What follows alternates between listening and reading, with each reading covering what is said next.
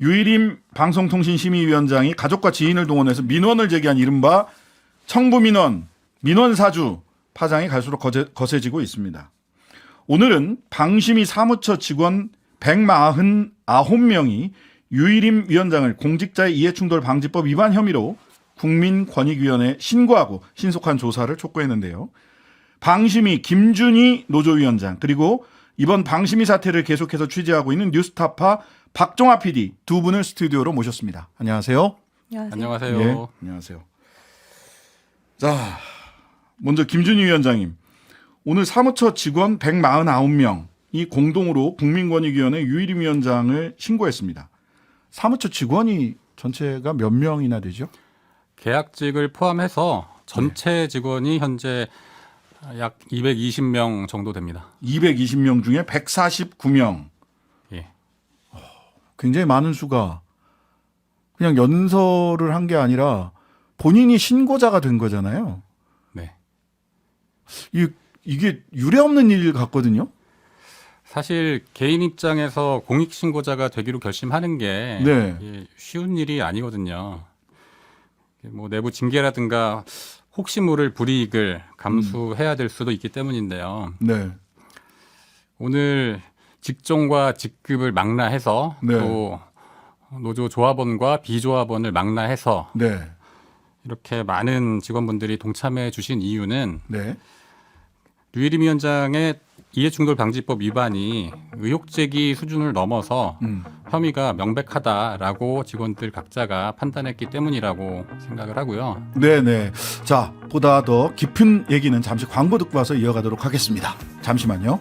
신장식의 뉴스아이키 김준희 방송심의위원회 노조위원장 그리고 뉴스타파 박종화 PD와 함께 유일임 방심위원장의 소위 청부민원 사태, 청부민원 의혹 관련된 이야기 이어가 보도록 하겠습니다. 220여 명의 방심위 사무처 직원 중에 149명이 국민권익위원회에 유일임 위원장을 이해충돌 방지법 위반 혐의로 신고를 했습니다. 이 신고를 하기까지 많은 고민들이 개인에게 직원들, 개인들에게 있었을 것 같고요.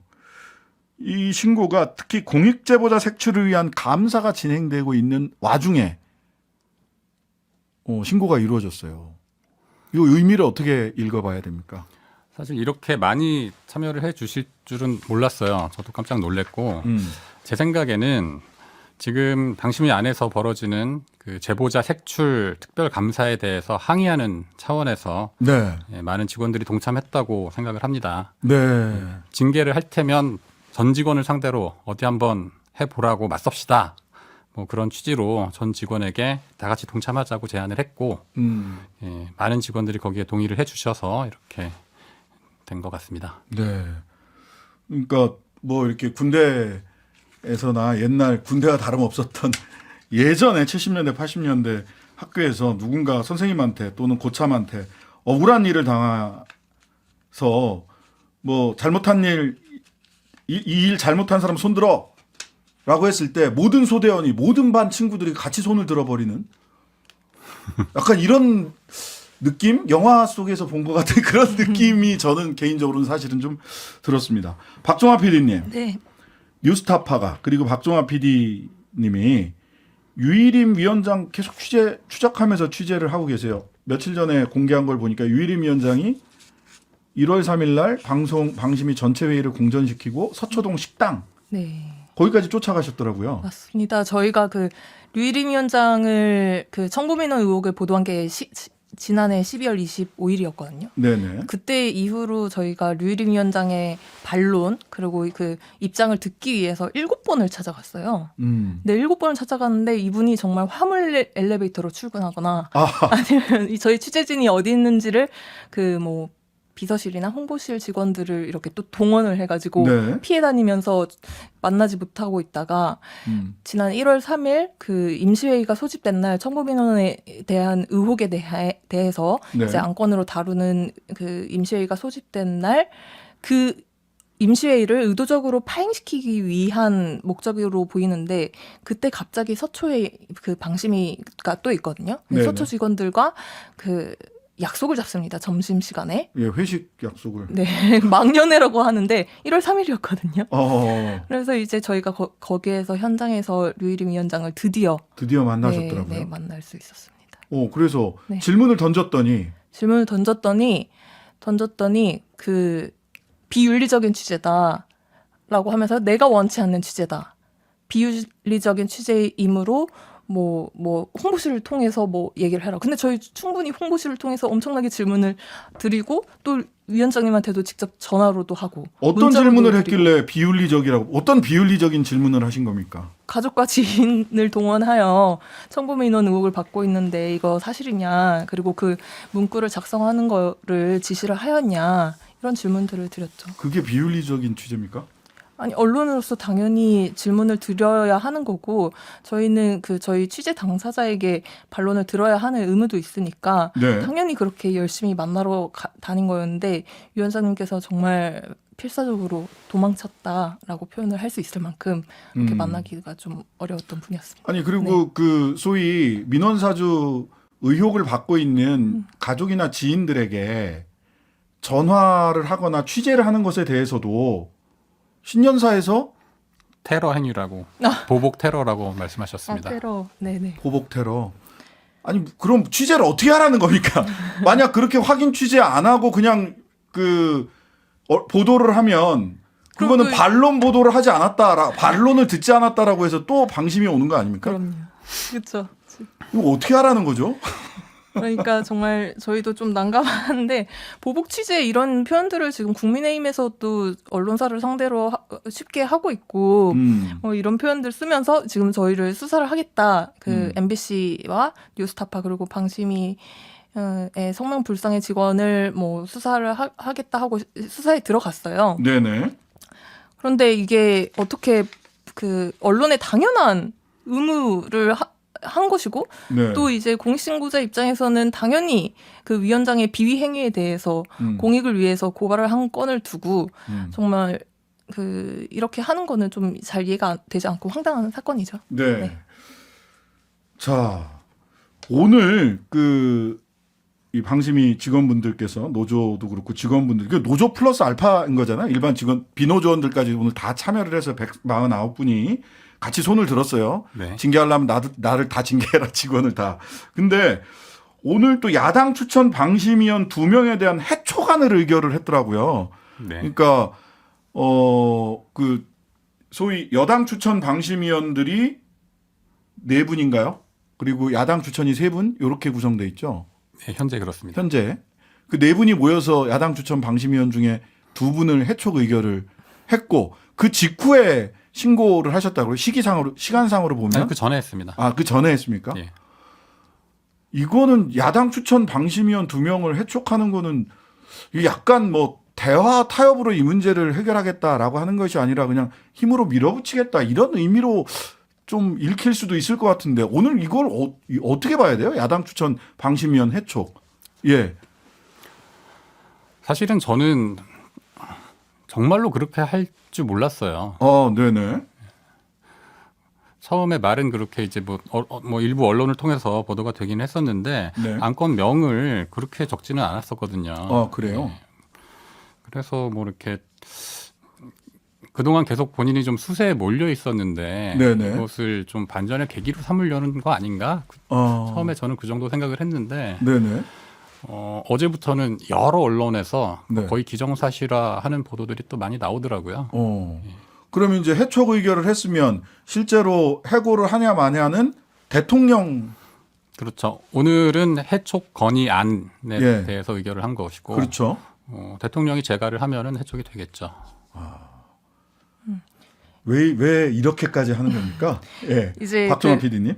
야권위원분들이 저희가 취재진이 방청을 할 수가 있어요, 회의를. 네네. 방청을 해서 보면은 야권위원들이 문제 제기를 합니다. 청부민원 의혹에 대해서 위원장이 지금 그 당사자이니 이거에 대한 입장을 밝혀야 된다라는 식의 문제 제기를 굉장히 강하게 하는데 그게 다 회의록의 기록으로 남거든요. 네. 그래서 이거를 회의록의 기록으로 남기지 않기 위해서 류일임 위원장이 굉장히 정회를 자주 선포를 하고 회의장 자체에서 도망가는 모습들을 여러 차례 보였어요. 있었어요. 네. 그래서 저뿐만 아니라 이제 기자들이 생각하기에는 이거를 좀 청부민원 의혹에 대해서 야권 의원들이 문제 제기를 계속하니까 이거를 좀 막기 위해서 좀 무리하게 위원들을 다수를 한꺼번에 해촉을 한 게 아닌가라는 의혹이 되는 거죠.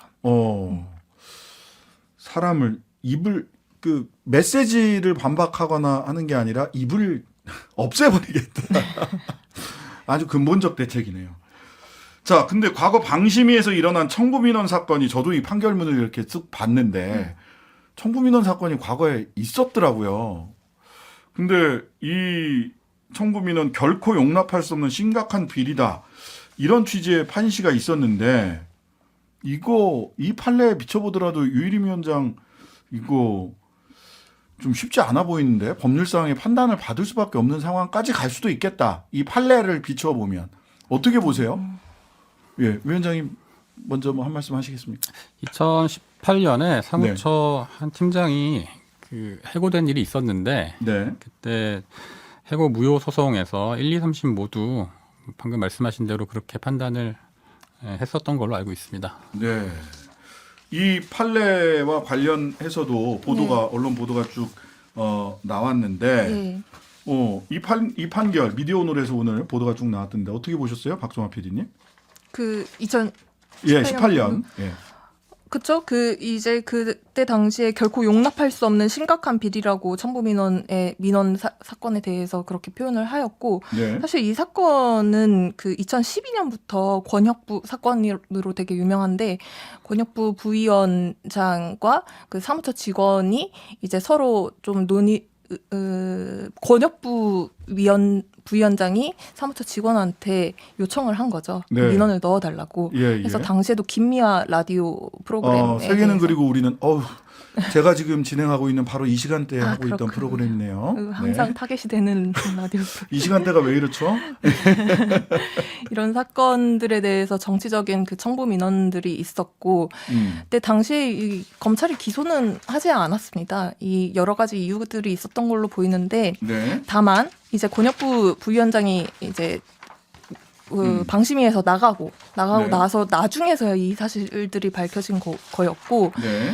그때 당시에 이제 사무처 직원이 해고가 됐고 그거에 대한 해고 무효 소송에서 이 네. 판결문의 기록이 남아 있는 거죠. 근데 네. 거기에 비춰봤을 때 사실상 직원이 이런 해고 당할 수준인데 위원장 같은 경우에는 해고를 넘어서 솔직히 그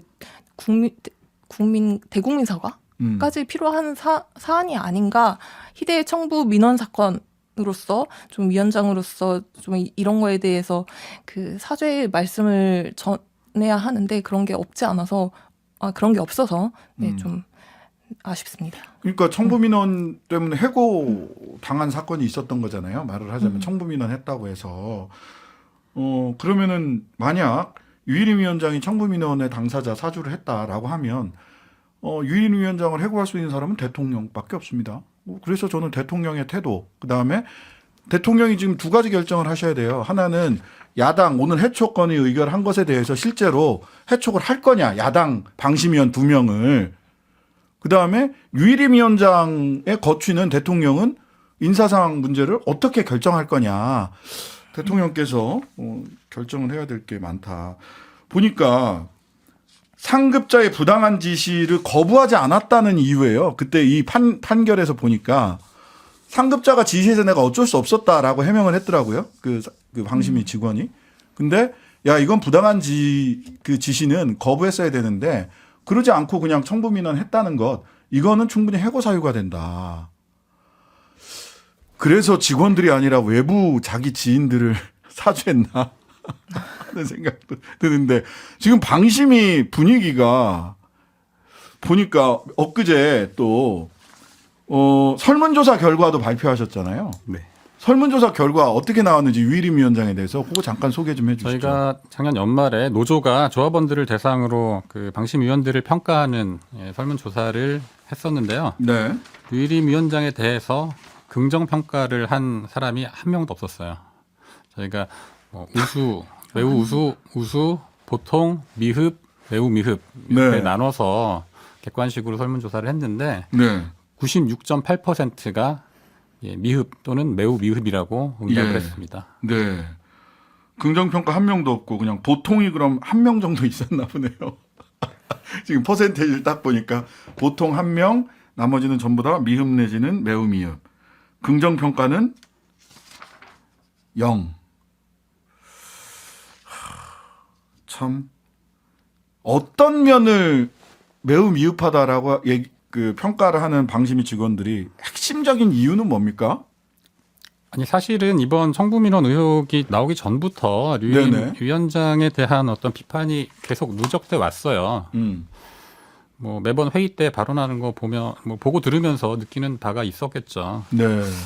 그리고 작년에 이제 뭐 가짜 뉴스 심의 전담센터라는 거를 만들고 그것 때문에도 뭐 굉장히 논란이 많았죠. 그때 또 잡음이 아주 많이 있었고요. 예. 근데 결정적인 건 이번에 그 청부민원 민원사주 의혹이 제기됐는데 네. 사과 한마디 없이 오히려 적반하장으로 제보자를 색출하겠다라고 나오니까 직원들이 좀 분노하고 있는 거죠. 예.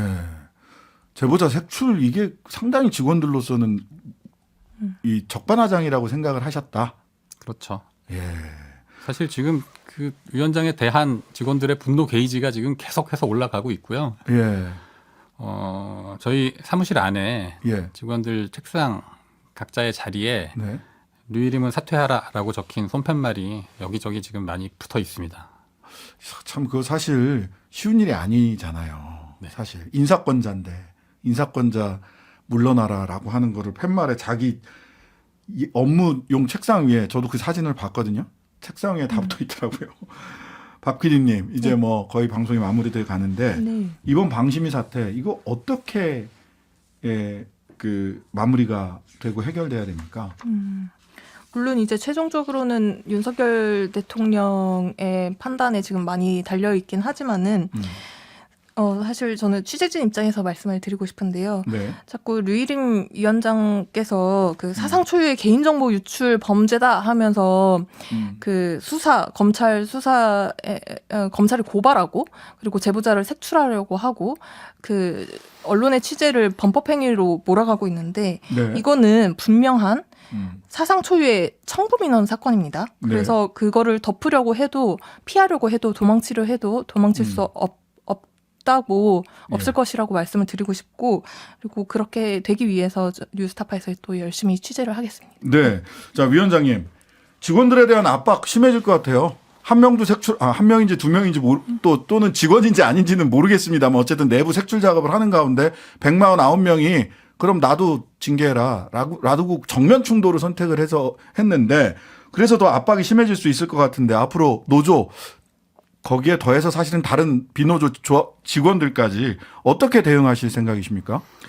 저는 류 위원장이 그 자리를 지키고 앉아 있는 동안에는 앞으로 계속해서 더 큰 반발을 맞닥뜨릴 것이다라고 생각을 하고요. 네.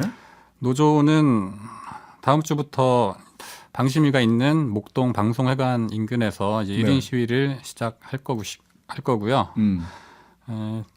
저희 뭐 직원들뿐만 아니라 뭐 다른 언론사 노조라든가 아니면 뭐 시민들에게도 네네. 뭐 참여 신청을 받을 계획입니다. 1인 시위 참여 신청? 네. 예. 그리고 뭐 법적 대응도 계속 준비를 하고 있고요. 사실 그동안에는 개별 사안들에 대해서 뭐 저희가 비판을 해왔다면 네. 앞으로는 전면적인 류일임 퇴진 투쟁에 돌입할 수밖에 없는 상황이 왔다 이렇게 보고 있습니다. 사실 여기까지 올 줄 모르셨죠? 그렇죠. 알겠습니다. 자, 오늘 말씀 여기까지 드려야겠습니다. 김준희 방심위 노조위원장 그리고 박종화 뉴스타파 PD였고요. 저희가 유일임 위원장 측 인터뷰 요청했는데 아직까지는 답이 없다는 사실도 말씀드리겠습니다. 오늘 말씀 감사합니다. 감사합니다. 네. 하루 종일 기다려지는 진짜 시사. 평일 저녁 6시 5분 신장식의 뉴스 하이킥.